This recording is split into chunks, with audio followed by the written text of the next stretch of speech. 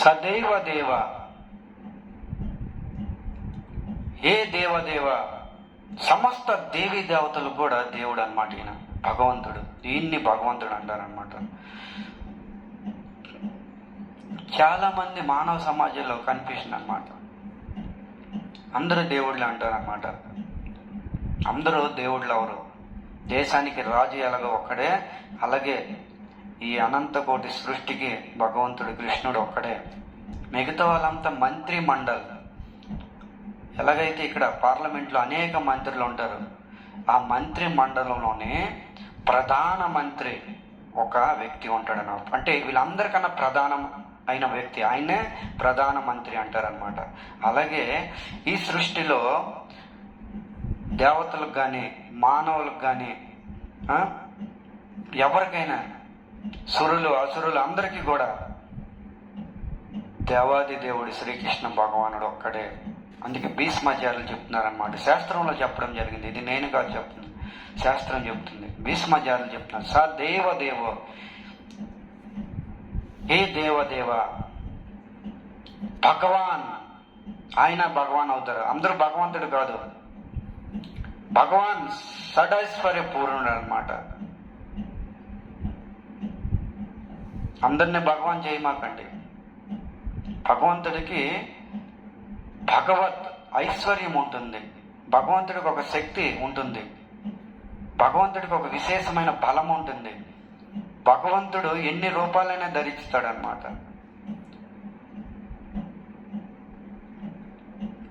స దేవ దేవ భగవాన్ ప్రతీక్షత. ఏ కృష్ణ, నాకు దర్శనం ఇవ్వడానికి కురుక్షేత్రం వచ్చావు, హస్తినాపురం నుంచి కురుక్షేత్రం వచ్చావు. ఎలాగో వచ్చావు? ప్రతీక్షత, ప్రతీక్షించు, నా కోసము ప్రతీక్షించు, వెయిటింగ్ ఫర్ యూ. భగవంతుడిని ఆజ్ఞాపిస్తున్నాడు అనమాట, ఆదేశిస్తున్నాడు. ఏ కృష్ణ ప్రతీక్షత. ఒక తండ్రి పిల్లవాడికి ఏ విధంగా ఆజ్ఞాపిస్తాడో, ఆదేశిస్తాడో, ఏ కథల మాకు అక్కడే ఉండు, నేను వచ్చే వరకు అక్కడే ఉండు. ఏ విధంగా ఒక తండ్రి పిల్లవాడికి ఆదేశిస్తాడో అదే విధంగా ఒక భక్తుడు భగవంతుడిని ఆదేశిస్తున్నాడు అనమాట. సదైవ దేవ భగవాన్ ప్రతీక్షత, ప్రతీక్షించు నా కోసము. అప్పుడు కృష్ణుడు కూడా అన్నాడు అనుకోండి, ఎంతవరకు ప్రతీక్షించాలి, ఎంతవరకు వెయిట్ చేయాలి నీ కోసం. అప్పుడు భీష్మాచార్యులు చెప్తున్నారనమాట, కలేవరమ్యా వదిదం హినోమ్యహం. ఏ కృష్ణ, ఇదం కలేవరం, యావత్ ఇదం కలేవరం. ఎంతవరకు అయితే కలేవరం, ఈ శరీరం నేను త్యాగం చేయనో, విడిచిపెట్టనో అంతవరకు ప్రతీక్షత, ప్రతీక్షించు.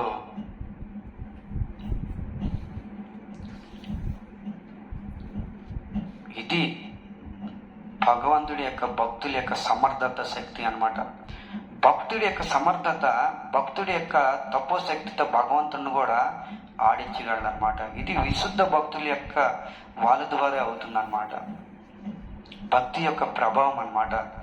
భగవంతుడు ఎవరి వశం అవుతాడంటే అహం భక్త పరాధీన. భగవంతుడు తన భక్తుల యొక్క అధీనంలోనే ఉండిపోతాడు అనమాట. వాళ్ళు ఏది చెప్తే అదే చేస్తాడు. ఎలా నిలబడంటే నిలబడతారు, కూర్చోంటే కూర్చుంటాడు అనమాట. మనకి శ్లోకంలో అర్థమవుతుంది. సదైవ దేవ భగవాన్ ప్రతీక్షత. ఎంతవరకు ప్రతీక్షించాలి? కలేవరం, యావత్ ఇదం కలేవరం.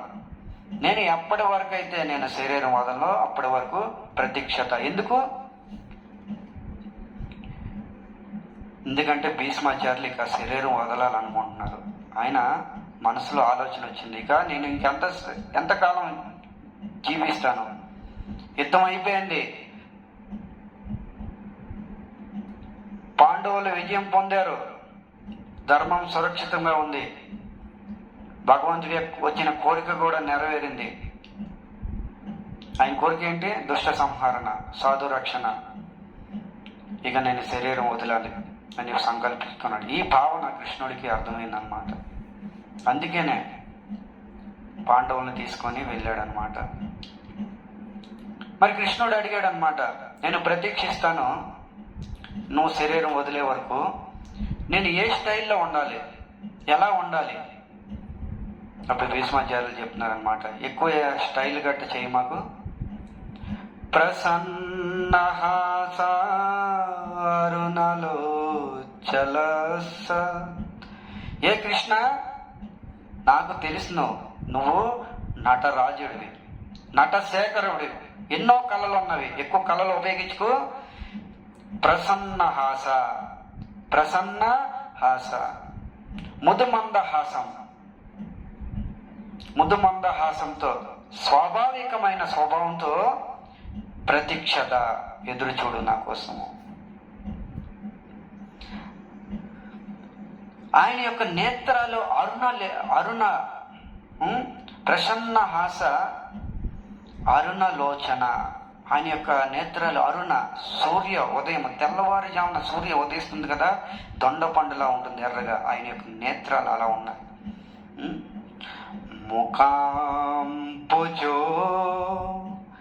దపద చతుర్భుజే. ఆయన ముఖార విందము శోభిలుతుందన్నమాట. అలాంటి చతుర్భుజ రూపానికి నేను ధ్యానం చేయాలనుకుంటున్నాను. ఏ కృష్ణ, ప్రతీక్షత, నా కోసము ఎదురు చూడు. కృష్ణుడికి ఆజ్ఞాపించాడు అనమాట. భీష్మాచార్యులు చెప్పగానే కృష్ణుడు అనుకున్నాడు అనమాట, ఈ ముసలాయన శరీరం వదలబోతున్నాడు. వెంటనే పాండవులకి ఇండికేట్ చేశాడనమాట, ధర్మరాజా మీ తాత ఇక వెళ్ళిపోబోతున్నాడు, ఏదైనా అడగాలంటే అడుగు. ఇంకా నీకు మోహం దూరం అవలే, ధర్మరాజుకి మోహం దూరం అవలే. ఆయన దేనికోసం అయితే వచ్చాడో ఇంకా దానికోసం ఆ ప్రవచనం వినలే, మోహం దూరం అవలే. అందుకని ఏదైనా అడగాలంటే ఇప్పుడే అడిగి, ఇక ఆయన శరీరం వదలబోతున్నాడని సైడ్ చేశాడనమాట. తర్వాత ఇంకా భీష్మ పితామహునికి ఏం చెప్పడానికి ఆయనకి ఏమి మూడ్ లేదు ఇంకా. అయినా సరే ధర్మరాజు మోహాన్ని దూరం చేయడానికి అనేక విధాలైన ధర్మాలు, నానా రకాల ధర్మాలు కూడా, ఎంతో జ్ఞానం సంపన్నంతో కూడి ఉన్న ధర్మాలు అన్నీ కూడా ధర్మరాజుకి ఇచ్చాడనమాట. ఇదంతా కూడా మహాభారత శాంతి పర్వంలోని అనేక శ్లోకాల్లో విస్తారంగా ఉందన్నమాట. ఇక్కడ సూత గోస్వామి మనకి హైలైట్గా ఇచ్చాడనమాట. 4-5 శ్లోకాల్లో భాగవతంలో ఉంది. మహాభారతంలో పేరాలు కొన్ని వందల శ్లోకాలు ఉన్నాయి. అద్భుతమైన ఉపదేశము. ఇంత పెద్ద మానవ సమాజానికి ఎవరు ఇవ్వలే ఉపదేశం. చాలా పెద్ద ఉపదేశం ఇచ్చాడు అనమాట భీష్మాచార్యులు. ఎన్నో ధర్మాలు కోసం చెప్తున్నారనమాట. పురుష స్వభావ విహితాన్ యథా వర్ణ యథా ఆశ్రమ. ఇక్కడ భీష్మాచార్యులు ధర్మం కోసం చెప్తున్నారనమాట. ఏ ధర్మనందన విను, ధర్మరాజు చెప్తున్నారనమాట. అనేక ధర్మాలు ఉన్నాయన్నమాట. అందులో పురుష స్వభావ విహిత, ఈ లోకంలో అనేక మంది ఉంటారు. అనేక మందికి ఒకే స్వభావం ఉండదు, ఒక్కొక్కరికి ఒక్కొక్క స్వభావం. ఇక్కడ ఏం చెప్పి పురుష స్వభావ విహితాన్, ఈ లోకంలో అనేక స్వభావం కలిగిన వ్యక్తులు ఉన్నారనమాట. వాళ్ళ యొక్క స్వభావం బట్టి భగవంతుడు వర్ణాలు ఏర్పాటు చేశాడనమాట. పురుష స్వభావ విహితాన్ యథా వర్ణ యథా ఆశ్రమ. భగవంతుడు కృష్ణుడు మన కోసమే ఈ వర్ణాలు ఆశ్రమాలు నిర్మాణం చేశాడనమాట. ఆయనకేం ఇంట్రెస్ట్ లేదు ఇవన్నీ రచించి. మన యొక్క గుణాలను బట్టి, మన యొక్క స్వభావం బట్టి పురుష స్వభావస్య, కేవలం ఇది మనం అర్థం చేసుకోవాలి. పురుష స్వభావస్య కేవలం పురుషులకు, అంటే మానవులకు మాత్రమే ఈ ధర్మ ఆచరణ,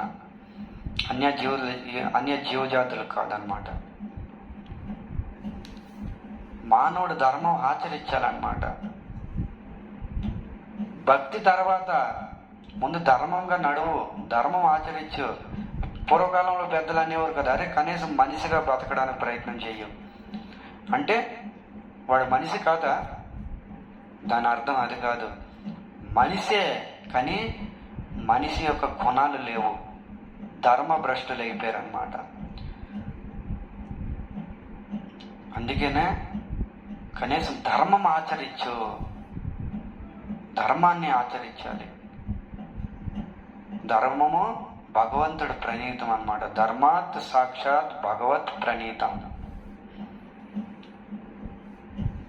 ఈ మానవ సమాజంలో వ్యక్తులు స్వభావం బట్టి వాళ్ళ యొక్క వర్ణాలు ఏర్పాటు చేశారనమాట. ఇదే విషయం గీతలో కూడా భగవంతుడు చెప్తున్నాడు. చతుర్వర్ణ మయా సృష్టం.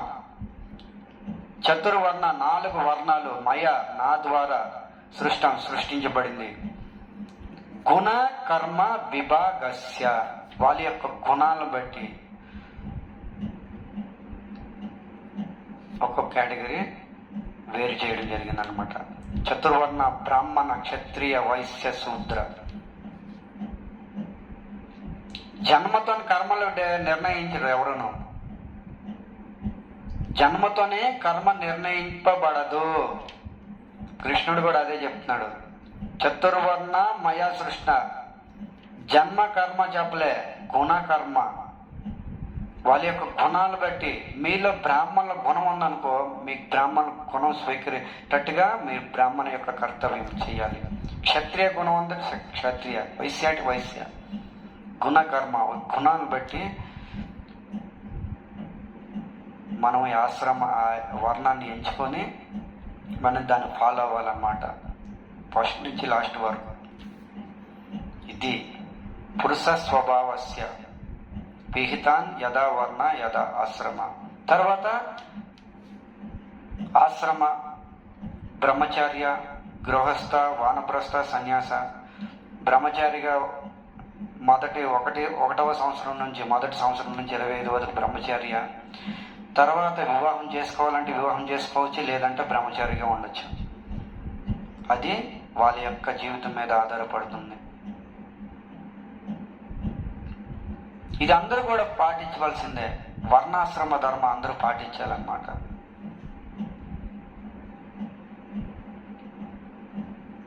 ఈ సమాజంలో వర్ణాశ్రమ ధర్మము ఎవరు పాటించట్లేదు. అందుకనే ఈ మానవ సమాజంలో అందరూ దుఃఖితులై ఉన్నారనమాట. ప్రతి ఒక్కరు వర్ణాశ్రమ ధర్మ ఉల్లంఘించడానికి ప్రయత్నం చేస్తున్నారు. ఎవరు కూడా వాళ్ళ యొక్క కర్మలు శుభ్రం చేయట్లే. బ్రాహ్మణ కర్మ బ్రాహ్మణులు శుభ్రం చేయట్లే. క్షత్రియులుగా లేరు, వైశ్యులలో లేరు, శూద్రులా లేరు. యథా వర్ణ యథా ఆశ్రమ.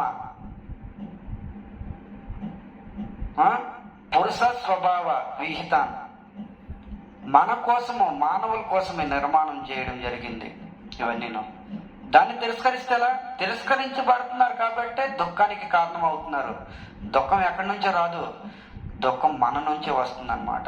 ఇవన్నీ అధర్మాలకి సపోర్ట్ చేస్తున్నారు, ధర్మాన్ని పక్కన పెడుతున్నారు, అధర్మం ఆచరిస్తున్నారు.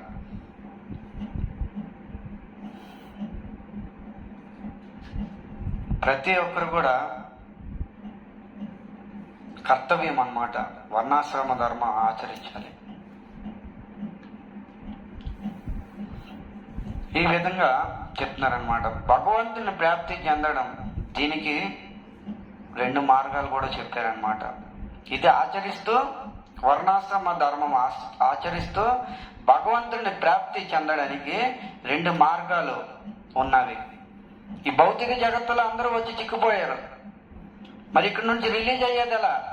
చనిపోయిన తర్వాత భగవద్ధామానికి వెళ్ళిపోతారా? అందరూ అలాగే అంటారు, ఇదే లాస్ట్ జన్మ. చనిపోయిన తర్వాత స్వర్గానికి వెళ్తామో లేదంటే వైకుంఠానికి. ఈ 2, అంటే నరకం లేదు. ఇంకా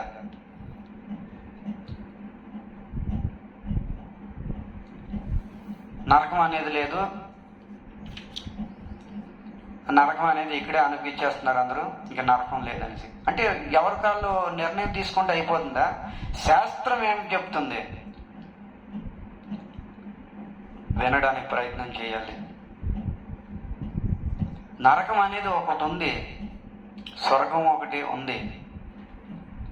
శాస్త్రాన్ని చదవండి, శాస్త్ర భాషని అర్థం చేసుకోండి, గురువుని ఆశ్రయించండి, గురువు యొక్క అడుగుజాడల్లో నడవండి, అర్థమవుతుంది.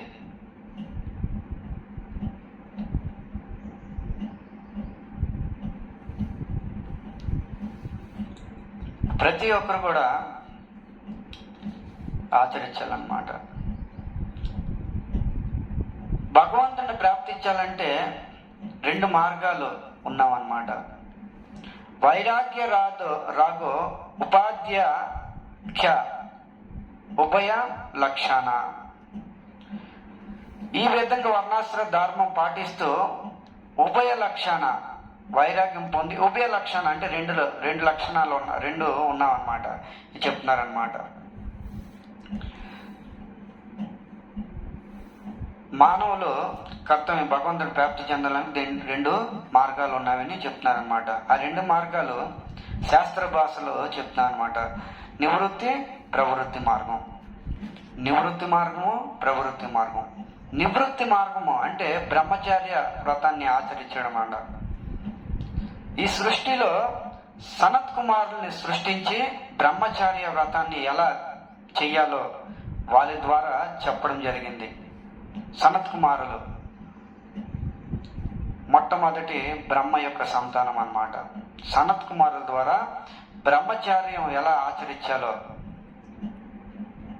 చెప్పడం జరిగింది. ఇది నివృత్తి మార్గం అన్నమాట. ప్రతి ఒక్కరు కూడా బ్రహ్మచార్య వ్రతం, బ్రహ్మచారి జీవనం గడపాలి. బ్రహ్మచారి అంటే వివాహం చేసుకోకపోతేనే బ్రహ్మచారి కాదు, వివాహం చేసుకుని కూడా బ్రహ్మచారి వ్రతంగా ఉండవచ్చు.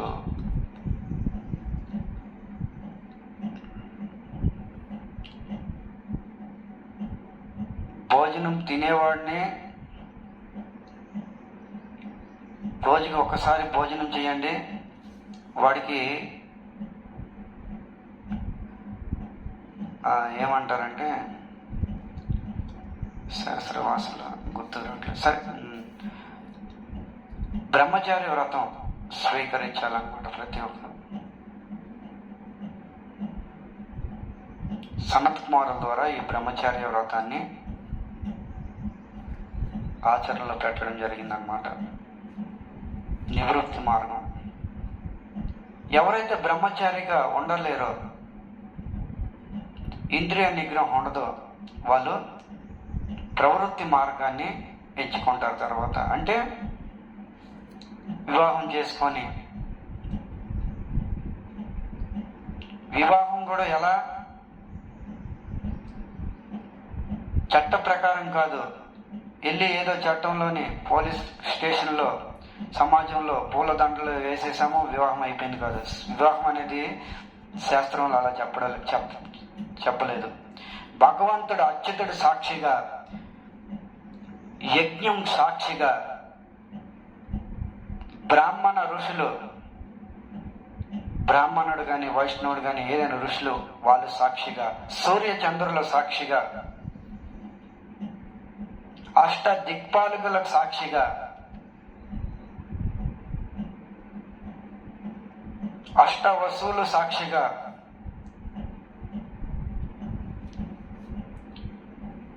అరుంధతి అనసూయ సాక్షిగా ఈ వివాహం చేసుకోవాలన్నమాట. ఈ శాస్త్రాలు చెప్పడం జరిగింది. ఇవన్నీను వివాహం అనేది చాలా పవిత్రమైన దాంపత్య జీవితం అన్నమాట. ఈ మార్గాన్ని కూడా ప్రవృత్తి మార్గం భగవంతుడు మారీచి ఋషి ద్వారా నిర్మించబడడం జరిగిందనమాట. మొదటి మార్గము సనత్ కుమారుల ద్వారా నివృత్తి మార్గాన్ని నివరించారు. బ్రహ్మచారి వ్రతం ఎవరైతే బ్రహ్మచారి ఆచరిస్తారో ఓకే, ఆచరించకపోతే మారీచి ఋషి ద్వారా ప్రవృత్తి మార్గాన్ని, సంసార బాంధాలు, గృహస్థ జీవనము ఆచరించాలి. భార్య ఒక స్త్రీని వివాహం ఆడి భార్యగా అంగీకరించి ఆ భార్యతో సంతానం ఉత్పత్తి చేసి ఆ సంతానాన్ని భగవంతుడి సేవలో, కృష్ణుడి యొక్క సేవలో పెట్టి తర్వాత ఎల్లకాలము గృహస్థ జీవితంలో ఉండకంట తర్వాత నివృత్తి మార్గంలోకే వెళ్ళాలి. ఏదైనా సరే ప్రవృత్తి అయినా నిదానంగా నివృత్తిలోకే కలవాలి. ఇదే భగవంతుడికి చేరుకునే మార్గాలు రెండే.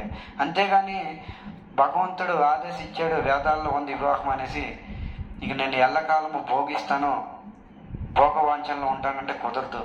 కొంతకాలం భోగించిన తర్వాత ఈ సంసారాన్ని సంసార వస్తువుల్ని తర్వాత నివృత్తిలోకి వెళ్ళాలి. ఇదే ధర్మం అన్నమాట. సో ఈ విధంగా 2 మార్గాలు నిర్మాణం చేయడం జరిగింది భగవంతుడి ద్వారా. భీష్మాచార్యులు చెప్తున్నారన్నమాట. తర్వాత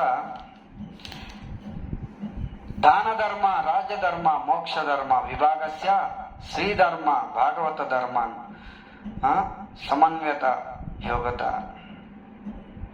రాజధర్మ దాన ధర్మాల కోసం మనం చెప్తున్నాడు భీష్మాచార్యులు. దాన ధర్మ దానం ఇవ్వాలన్నమాట. ప్రతి ఒక్కరు కూడా దానం ఇవ్వాలి. యోగ్యత తన యోగ్యతను బట్టి ఎంతో కొంత నీ యోగ్యత నీకు ఎంతైతే యోగ్యత ఉంటుందో ఆ యోగ్యతను అనుసరించి దానం ఇవ్వాలి. ఎందుకు? దానం ఇస్తే పవిత్రులం అవుతాం మనము. అప్పుడు అనొచ్చు మీరు, నేను ఎటువంటి పాపం చేయలేదు స్వామి, నేను పాపాత్ముని కాదు, నేను ధర్మ మార్గంలో సంపాదించాను, నా స్వయం కష్టంతో నేను ధనం సంపాదించాను, నేను ఎటువంటి పాప సొమ్ము తీసుకురాలేదు. నువ్వు ధర్మ మార్గంలో ఉండి సంపాదించావు, ధర్మంగానే సంపాదించావు, అన్యాయంగా సంపాదించలే. అయినా నీ దగ్గరికి ఏదైతే ధనం వచ్చిందో ఆ ధనము కొన్ని 100 మందిని టచ్ చేసుకొని వచ్చిందన్నమాట. అందరినీ తాకుతూ వచ్చింది ధనము. అందరూ ఒకేలాగా ఉంటారా? ఎంతో మంది పాపాత్మలు ఉన్నారు. ఆ పాపాత్మలు అందరినీ టచ్ చేసుకుంటూ ఆ ధనం నీ దగ్గరికి వచ్చింది. అందుకనే నువ్వు కూడా అందులో పాప భాగ్యము అనుభవిస్తావు, అంటుకుంటుంది.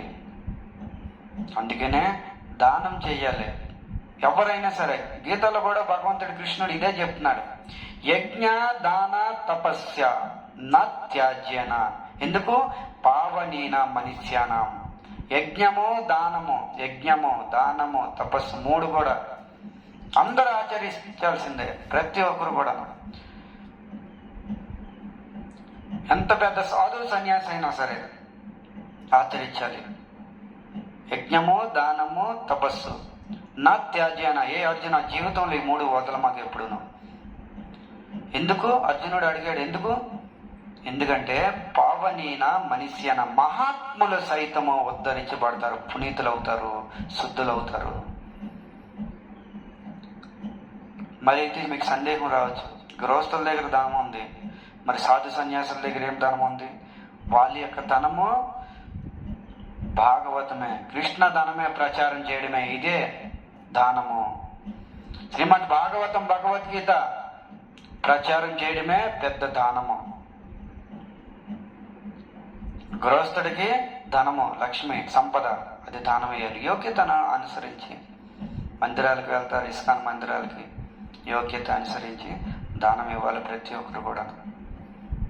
మనం సంపాదించింది కరెక్టే, మన రూట్ కరెక్టే, మన ఆచరణ కరెక్టే, మన దగ్గరికి వస్తున్న ధనము ఎంతమందిని టచ్ చేసుకొని వస్తుంది. అందుకనే దీని నుంచి బయటపడాలంటే దానం చేయాలి. యజ్ఞం చేయాలి. తర్వాత యజ్ఞం అంటే ఏంటి? పొగబెట్టి మంట పెట్టడం కాదు. యజ్ఞం 2 రకాలుగా ఉంటుందన్నమాట.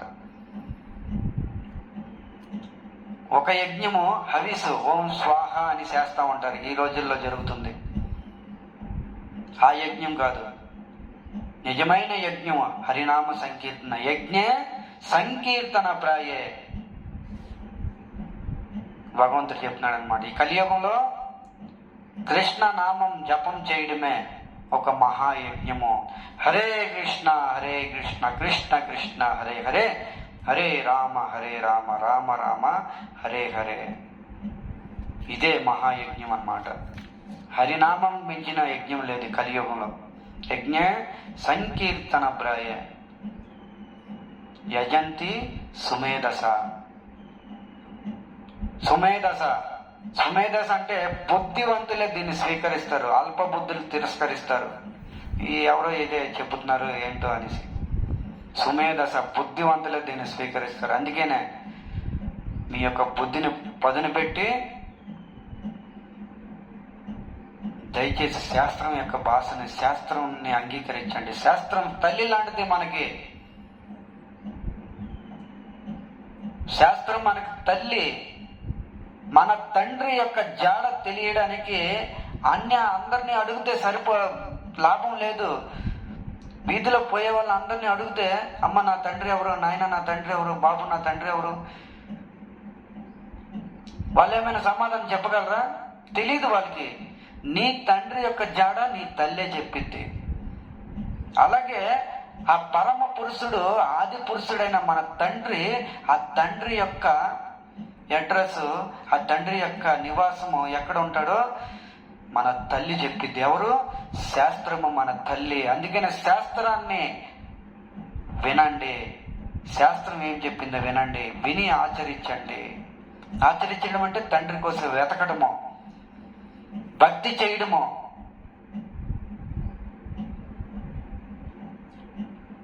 అప్పుడే ఆ పరమ పురుషుడు, ఆది పురుషుడైన శ్రీకృష్ణ భగవాన్ని మనం చేరుకోగలం, వైకుంఠ ధామం చేరుకుంటాం అన్నమాట. యజ్ఞ దాన తపస్సు చెయ్యాలన్నమాట. తపస్సు ఏంటి? ఏకాదశి ఇలాంటి తపస్సు. దీనికి మించిన తపస్సు లేదు. ఏకాదశిలో వీలైతే నిర్జల ఉండండి, లేదంటే సజ్జల ఉండండి. నిర్జల ఉండలేని వాళ్ళు నీళ్ళు తాగి ఉండండి, లేదంటే ఏ పాలు, మజ్జిగ, ఫ్రూట్స్. ఏకాదశి అన్నం తినకూడదు అన్నమాట.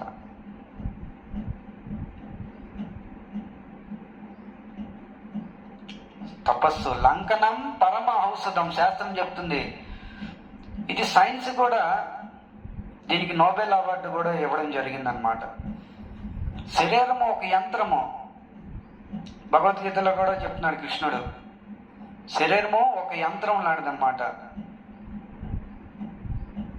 ఈ యంత్రాన్ని కూడా అప్పుడప్పుడు రెస్ట్ ఇవ్వాలన్నమాట. దీనికి రెస్ట్ ఇవ్వాలి. 24 గంటలు మిషన్లు ఆడుతూ ఉంటే ఏమవుతుంది? మిషన్ డ్యామేజ్ అవుతుంది, రిపేర్ వస్తుంది. అలాగే ఈ మానవ యంత్రం అనేది 24 గంటలు 24x7 లాగా 24 గంటలు లోపలికి ఇన్పుట్ లోపలికి వేస్తూ ఉంటే ఏమవుతుంది? రిపేర్ వస్తాయి. రిపేర్ అంటే అవయవాలు డ్యామేజ్ అవుతాయి, అనారోగ్యం వస్తుంది, kidney problem, liver problem, heart attack, BP, షుగర్లు, అన్యత ఇంకెన్నో రోగాలు. ఇవన్నీ ఎందుకు వస్తున్నాయి? లంకనం పద్ధతి లేదు ఎవరి దగ్గర. లంకనం ఆచరించాలి. లంకనమే పరమ ఔషధం. 15 రోజులకు ఒకసారి లంకనం పెట్టాలి. ఆ 15 రోజులకు ఒకసారి ఏకాదశికి పెట్టాలి. 2 విధాలుగా లాభమే. స్పిరిచువల్గా, మెటీరియల్గా, భౌతికంగా, ఆధ్యాత్మికంగా 2 విధాలుగా లాభమే పొందుతుంది. యజ్ఞ దాన తపస్స భీష్మాచార్యులు చెప్తున్నారు. దాన ధర్మం చెయ్యాలి. రాజధర్మ, ఒక రాజు పరిపాలన ఎలా ఉండాలి, దేశం పట్ల ప్రజల్ని ఎలా చూసుకోవాలి, ప్రజల్ని ఏ విధంగా సంతోష పెట్టాలి.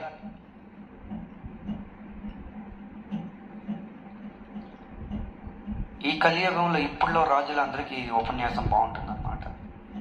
ప్రజలు సుఖంగా ఉండకపోతే, ప్రజల యొక్క కష్టంగా ప్రజలు దుఃఖితులవుతే ఆ దుఃఖం యొక్క రాజు అనుభవించవలసిందే. ప్రజలను సంతోషించాలన్నమాట. ఎందుకంటే ప్రజలు ఆయన బిడ్డలు, రాజు యొక్క బిడ్డలు. రాజు తన భార్య ద్వారా సంతానం ఉత్పత్తి, వాళ్ళే సంతానం కాదు, యావత్ ప్రజలు కూడా అందరూ తన బిడ్డలే. బిడ్డలకి ఏ విధంగా సుఖం పెట్టాలి? అందరికీ సమానం చూసుకుంటాం కదా మనము. ఒక పిల్లవాడిని శుభ్రం చూసుకొని ఒక పిల్లని తిరస్కరిస్తామా? కాదు కదా. అదే విధంగా రాజు సంతానము, ఈ దేశ ప్రజ అంతా, రాజు యొక్క కర్తవ్యం అందరికీ సుఖంగా ఉంచాలి. కేవలం మానవుల విషయమే కాదు, ఇంకా డీప్గా వెళ్ళాలంటే అన్య జీవి జాతులు కూడా సుఖంగా ఉండడానికి ప్రయత్నం పెట్టాలన్నమాట. పరీక్షిత్ మహారాజు సమయంలో ఏ జీవి కూడా దుఃఖంతో లేదన్నమాట. అన్ని జీవులు కూడా చాలా హాయిగా గడిపారు. పరీక్షిత్ మహారాజు రామరాజ్యం, అందుకనే రామరాజ్యం అంటారన్నమాట.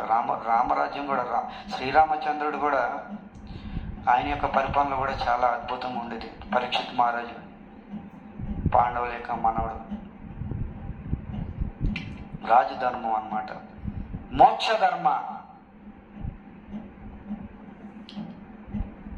మోక్షం అనేక విధాలుగా మోక్షము, నిజమైన మోక్షము భగవంతుడి దగ్గరికి వెళ్ళి, ముక్తి అనేక రకాలుగా ఉంటుంది కదా, ముక్తి అనేక రకాలుగా ఉంటుంది. నిజమైన ముక్తి భగవంతుడిని అర్థం చేసుకొని తన స్వరూపం ఏంటో తను తెలుసుకొని, జీవుడు తెలుసుకున్న తర్వాత ఆ భగవంతుడికి దాసుడుగా సేవకుడిగా సేవ చేసి తర్వాత భగవద్ధామానికి వెళ్ళడం, ఇదే నిజమైన మోక్షము. మన వాస్తవ స్వరూపం మనం తెలుసుకోవడమే ఇదే ముక్తి. మన వాస్తవ స్వరూపం మనం మర్చిపోయాము. జీవేర స్వరూప హోయ్ నిత్యర కృష్ణదాస్. మన యొక్క స్వరూపము కృష్ణుడికి దాస్యుడిగా సేవకుడిగా ఉండడం. ఎందుకంటే ఆయన మనకి పరంపిత, ఆయన యొక్క అంశలం మనము. పితామహతో జగత్తో మాత దాత పితామహ. నేనే తండ్రిని, నేనే తల్లిని, నేనే పితామహుని. ఆయన యొక్క అంశలం అన్నమాట మనము. మన వాస్తవ స్వరూపం మనం కోల్పోయాము. మన వాస్తవ స్వరూపము మనం గుర్తు తెచ్చుకొని తెలుసుకున్న తర్వాత ఆయన యొక్క సేవ చేయడము, ఆయన దాస్యం చేయడము, తర్వాత ఆయన పాదాల దగ్గర భక్తి చేయడము, ఇదే ముక్తి, ఇదే మోక్షము. మనం అందరం కూడా మన స్వరూపాన్ని మర్చిపోయామన్నమాట.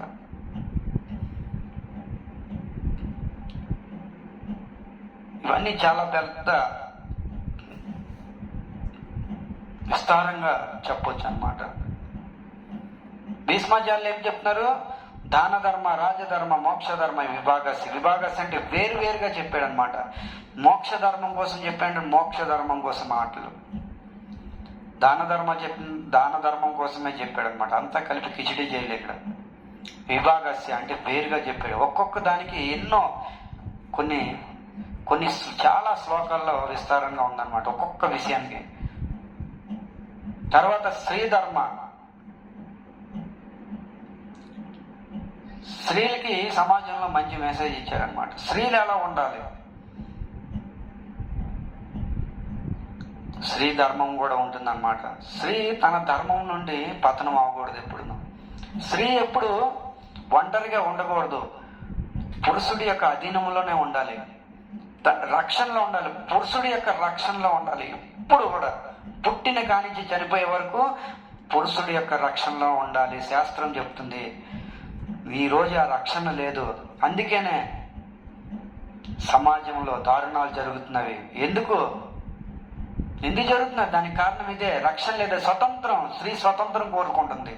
స్త్రీకి స్వతంత్రం లేదు. తన ఇచ్ఛానుసారంగా తిరుగుతుంది అర్ధరాత్రి అప్పుడు కానీ ఎప్పుడైనా సరే. స్త్రీ పుట్టిన తర్వాత తండ్రి యొక్క ఆశ్రయం పొందుతుంది అన్నమాట. తర్వాత పెరిగి పెద్ద అయిన తర్వాత భర్త యొక్క ఆశ్రయం పొందుతుంది. తర్వాత కొంతకాలం గడిచిన తర్వాత ఒకవేళ భర్త చనిపోయారు అనుకో, ఇంటికి పెద్ద కుమారుడు జ్యేష్ఠ పుత్రుడి యొక్క ఆశ్రయం పొందుతుంది. పుట్టిన కానీ చనిపోయే వరకు స్త్రీ పురుషుడి యొక్క ఆశ్రయం మీద ఉండాలి. స్త్రీ ధర్మం.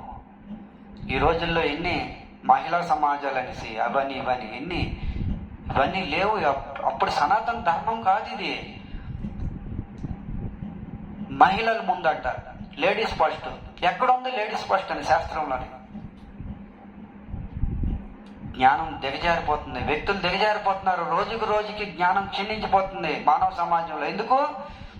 శాస్త్రం చదవట్లేదు. వాళ్ళు చదవరు, చెప్పినా వినడానికి ప్రయత్నం చేయట్లేదు. అందుకనే ముందు ధర్మాన్ని ఆచరించాలి. మన స్వతంత్రంగా బతకడానికి కాదు. ఇక్కడ శ్రీధర్మం. వందల మంది, వేల మందిలో ఒక పురుషుడు ఉపన్యాసం చెప్పచ్చు, అదే వేల మందిలో ఒక స్త్రీ ఉపన్యాసం చెప్పకూడదు. ఎందుకు? ఆ వేల మంది యొక్క దృష్టి ఆ మహిళ అవయవాల యొక్క రచన మీద ఉంటుంది.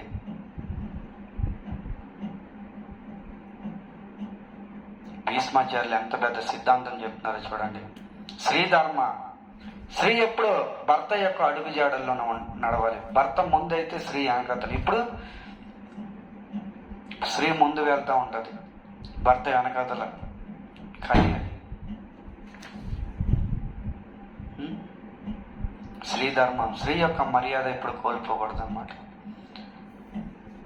స్త్రీ ఎప్పుడైతే మర్యాద కోల్పోతుందో అధర్మము అక్కడి నుంచే వారవుతుంది, స్టార్ట్ అవుతుంది. అధర్మము స్త్రీ యొక్క గర్భం నుంచే జన్మిస్తుంది అన్నమాట. అందుకనే సదా మానవ సమాజంలో స్త్రీ చాలా జాగ్రత్తగా ఉండాలి.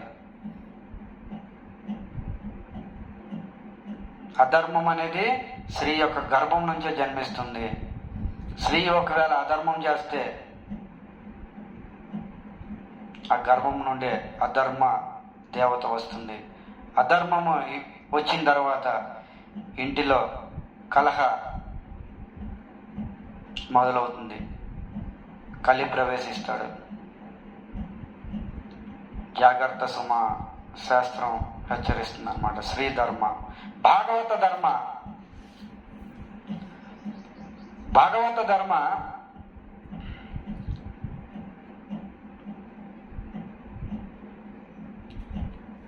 ధర్మం, భాగవత ధర్మం అని చెప్తున్నారు ఇక్కడ.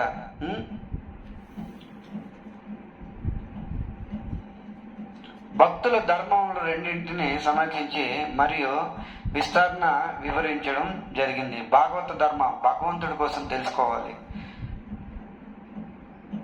తెలుసుకొని భగవంతుడి కోసం ప్రచారం చేయాలి.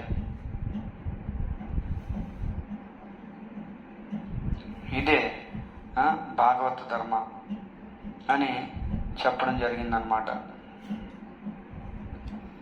ప్రతి ఒక్కరు కూడా ఈ ధర్మాలన్నీ కూడా ఆచరించాలి. దేన్ని కూడా తిరస్కరించకూడదు. భీష్మాచార్యులు చెప్తున్నారన్నమాట.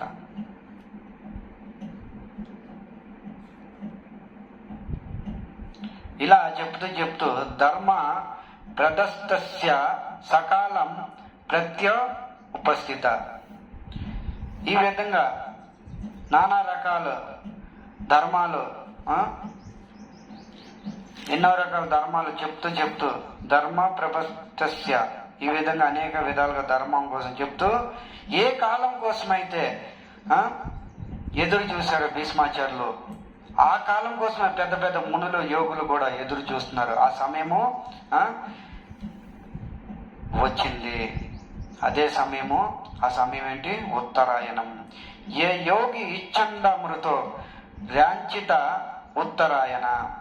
పెద్ద పెద్ద యోగులు, మునులు తన ఇచ్ఛానుసారంగా ఆ యోగ శక్తితోని ప్రాణాన్ని నిలుపుతారనమాట. ఎందుకు?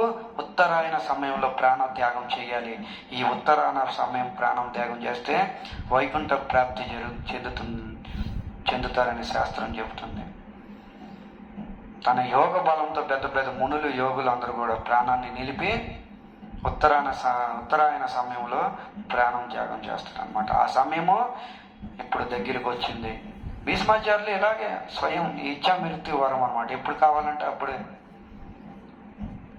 ప్రాణం విడవచ్చు. భీష్మాచార్యుల జీవితంలో చూడండి, ఉత్తరాయణము అద్భుతమైన సమయము, తర్వాత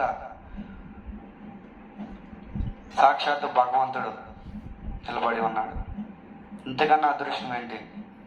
భగవంతుడిని చూస్తూ శరీరం వదిలాడనమాట. ఉత్తరాయణ సమయం అనేది బోనస్ లాంటిది.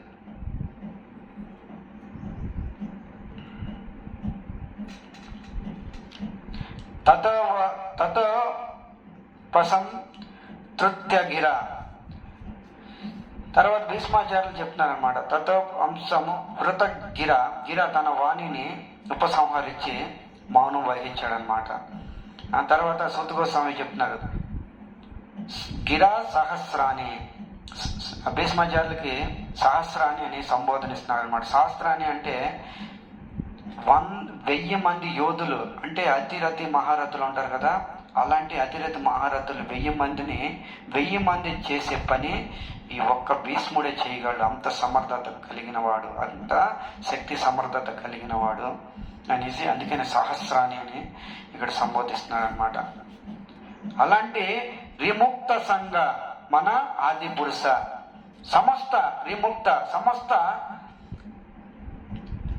సమస్తం నుంచి ముక్తుడయ్యి, సమస్త ఇంద్రియ వాసన నుంచి ముక్తుడయ్యి మన ఆది పురుష, మనసు ఆది పురుషుని మీద పెట్టాడు అనమాట.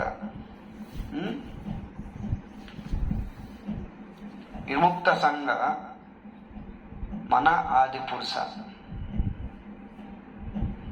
సమస్త విషయ వాంఛనలు అన్ని విడిచి ముక్తుడయ్యి ఆ మనసు ఆది పురుషుడి మీద పెట్టాడనమాట. ఆ ఆది పురుషుడు ఎలాంటి వాడు, ఎలా ఉంటాడు? కృష్ణ లసత్ పతే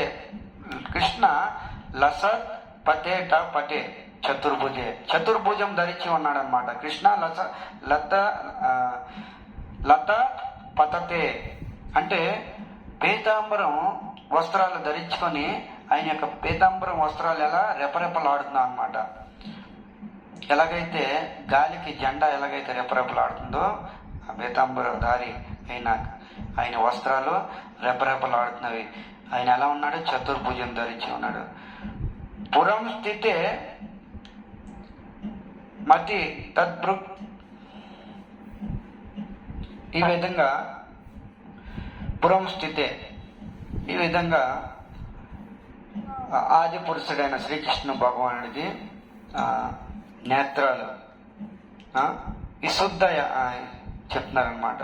చతుర్భుజే పురం స్థితే, కృష్ణుడికి అతి దగ్గర. పురం స్థితి అంటే అతి దగ్గర, కృష్ణుడు దూరంలో లేడు, అతి దగ్గరగా ఉన్నాడు అనమాట. ఆ అతి దగ్గరగా ఉన్న కృష్ణుడిని తన నేత్రాలతో అమిత దృక్ అంటే నేత్రాలు ఇలాగా తెరిచి కృష్ణుణ్ణి చూశాడనమాట. ఎందుకంటే 450 సంవత్సరాలు భీష్మాచార్యుల వయసు, నేత్రాలు కొద్దిగా మూసుకుపోయావన్నమాట. వృద్ధుడైపోయాడు కదా, నేత్రాలు మూసుకుపోయావు, మనలాగా అంత క్లియర్గా లేవు.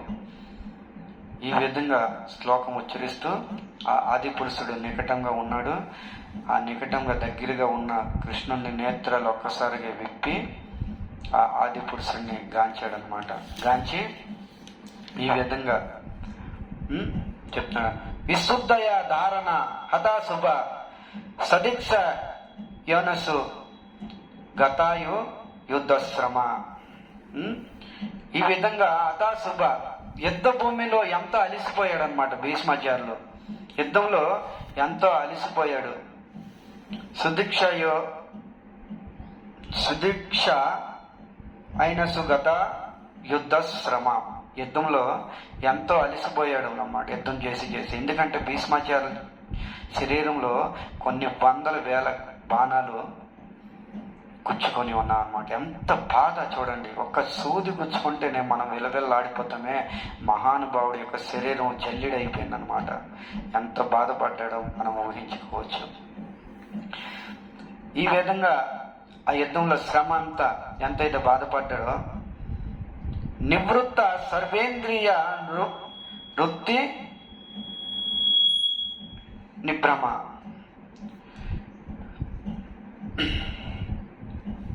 ఆ శ్రమ అంతా ఉన్నది చెప్తున్నాడనమాట.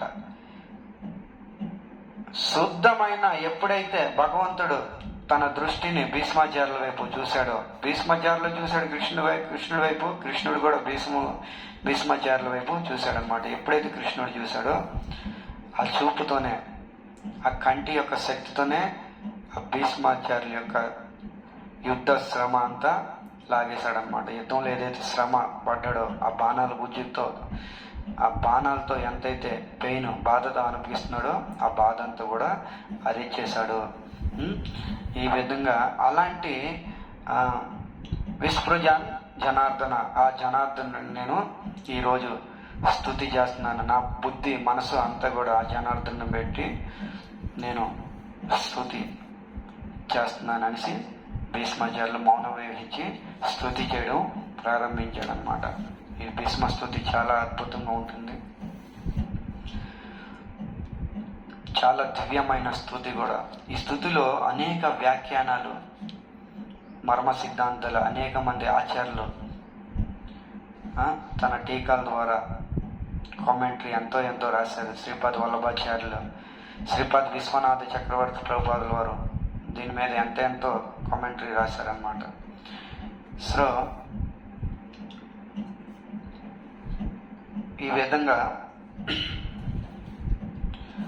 స్తుతి చేస్తున్నారు.